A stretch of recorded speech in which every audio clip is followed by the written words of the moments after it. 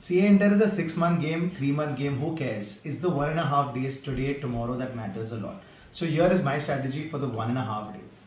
First up, avoid any people who discuss the previous papers. Avoid them like we avoided the COVID virus. Second, start with GST. So today in the evening, start with GST. Here are top 5 chapters which will be there in your exam. First is ITC and payment. Together they come for 8 marks. Next, time of supply or value of supply. One of them will be coming for 4 marks.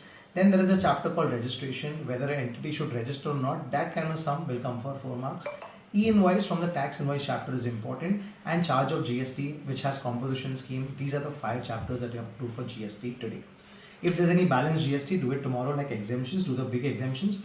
Don't worry too much about late fees, don't worry too much about due dates, that's hardly asked in the exam. Then move on to DT.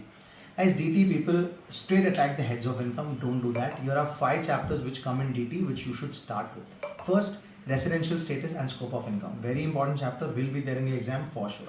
Next is return of income, a very small chapter which will be there for 4 marks in your exam.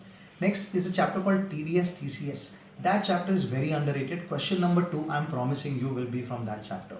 Next, set off and clubbing. These are 5 chapters. I've not even touched upon any heads of income, but these 5 chapters will be there.